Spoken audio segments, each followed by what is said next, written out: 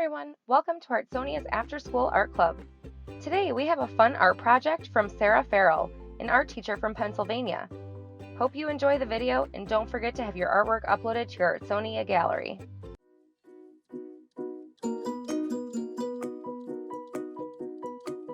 Hi boys and girls, my name is Sara Farrell and I'm the art teacher at Jarretttown Elementary School, which is right outside of Philadelphia, Pennsylvania. The project I'm going to be sharing with you today is a drawing and painting of a koi fish, which is a big, beautiful fish that comes from Asia in countries like China and Japan. But a lot of times you'll see them here in the United States inside fish ponds or in big fish tanks. Now people love koi fish because they come in so many different patterns and beautiful colors, which is going to make them a really fun subject for us to have in our pictures. Now to do this project, we're going to need to collect a couple materials. First off, you're going to need just some plain white paper. Now for this project, I'm going to be using a square that's 12 inches by 12 inches. And then I'm going to be drawing a circle to give me the shape of my final project. You could do this in any shape that you want. You could use a rectangle, you could use a circle like me, or you could use a square. It's up to you. Besides the paper, you're also going to need just a regular pencil and an eraser to do your drawing. And then I'm also going to be using a permanent black marker to trace my drawing, but you could also do this step with just a black crayon if you don't have a permanent marker. We're also going to need some regular crayons. I have a nice pack of 24 here, so I'm going to have lots of beautiful colors to work with. And then lastly, to paint the water of our picture, I'm going to be using liquid watercolor. Now, you could definitely go to the art store and buy some liquid watercolor, but it's really fun to actually make your own too.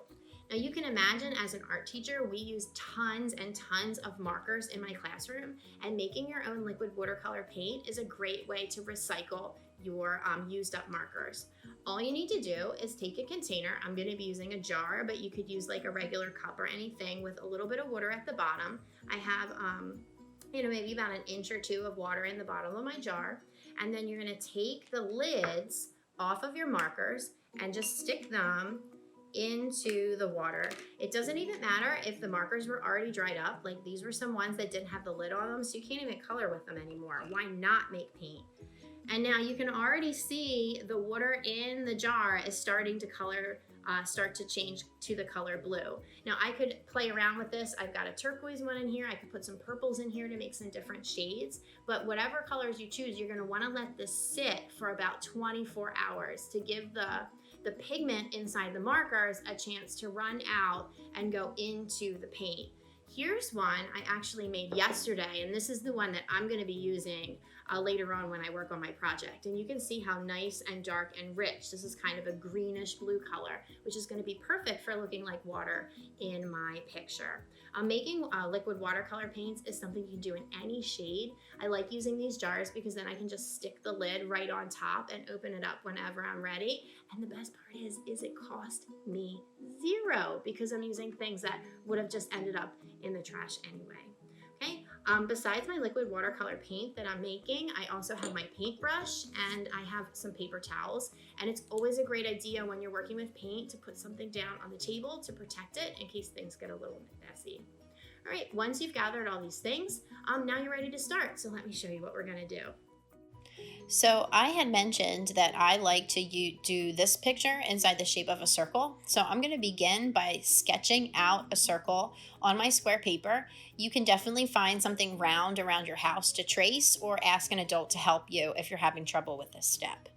Next, I'm going to start sketching out the shape of my koi fish. This case, I'm going to use a U for the head and then a little dot to help me connect my head back to where the tail is going to be. One line, 2 lines for the tail, and then I can connect these lines with all different shapes. A zigzag, kind of a bump, or like this wavy line would all work. So for this example, I'm actually going to do this wavy line. Then for the fins, I'm going to use similar straight lines and then the wavy line to connect it back to the body on either side of the fish. Then to create the face of the koi fish, I'm going to be using a lot of U shapes, including 2 U's here, a larger and then a smaller one for the eye, and we'll color in the small one to be the pupil. And then another U for the mouth, including these long whisker shapes on either side. Now, I mentioned earlier that koi fish come in all different patterns, so you can design the body and the patterns and the textures on your fish any way you want. In this case, I'm repeating some U shapes to make scales, and then I'll do some stripes down here. And then I'm going to add a couple lines in his fins and his tail to add a little bit of texture and interest. Then once my fish is done, I'm going to work on filling in some of these spaces around my fish. This is one reason I like working on a circle, because you can create little seaweed or rocks, or if this is in a fish tank, I could put like a castle or a treasure chest all the way around the perimeter of the circle to kind of make it look like we are looking down into the tank or into the pond onto our little fish guy swimming by. Once I've decided that I have enough details in my picture, I'm going to use the permanent black marker to trace over all of these pencil lines, which is just going to help them stand out when I go to add the crayon and the paint. If you don't have a permanent marker, remember that using a black crayon is going to pretty much do the same thing, as long as you press kind of hard when you're tracing to give you a nice, thick, bold, dark black line.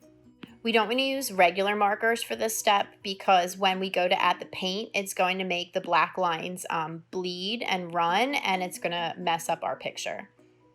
Then once I'm done tracing all of my lines and details with the black marker, I'm going to take my eraser and kind of clean up any extra pencil lines that might be poking through, just to make it look nice and neat before we add the other colors. Now we're ready to start adding the color to our picture, and I'm just going to be using regular old crayons, which are actually one of my favorite things to color with. There's a lot of different techniques that you might want to try while you're coloring in your fish, including changing the pressure as you're coloring to make light and dark areas of color, like I'm doing here on these fins. I'm pressing darker on the outside and then a little bit lighter on the inside when I color it in. On the fins and the tail, I'm going to overlap the crayon, so I color with purple, and then when I add the red next to it on the tip of the tail, I make sure that I color over the purple a little bit. And then I'm going to do the same thing here with the seaweed, using a dark green and this yellowish light green on the same different stalk of seaweed. Finally, on these rocks, I'm going to switch up the pressure, going from pressing the hardest, a little bit lighter, and then finally the lightest, to give me different shades of the same color. As a last step, when I'm done coloring in all of the elements that I drew in my picture, I'm going to just take a couple different shades of blue crayon, and go around some of this negative space where I'm eventually going to be adding paint. One fun thing to try is to use a white crayon, pressing kind of hard while you're drawing, and you can really add a lot of scribbles and squiggles all over the place. You're not going to be able to really see them very well right now, but trust me, when we put the liquid watercolor over the top, these are going to make the water look really cool. Finally, as my last step, I'm ready to add the liquid watercolor paint that I made from the dried up markers. Now, a lot of times when I paint, I have to be careful not to get on top of my drawing, but the nice thing about using crayons is that you can just go right over top of the colored areas and the paint is not going to stick. This is what we call a crayon resist, because the wax is not allowing the colored water to stick to the paper. And you can definitely see all of those white squiggly lines that I had drawn before are showing up in my water and adding a really cool ripply texture to it. So I hope you enjoyed learning how to make your own koi fish drawing and painting. Now in our pictures, we really focused on just making the fish, but feel free to add any underwater animals that you want. It would look really cool if you had little frogs or crabs or whatever crawling around inside your underwater world. Have fun with it. Until next time though, this is Sara Farrell saying happy art making, thank you, and see you next time.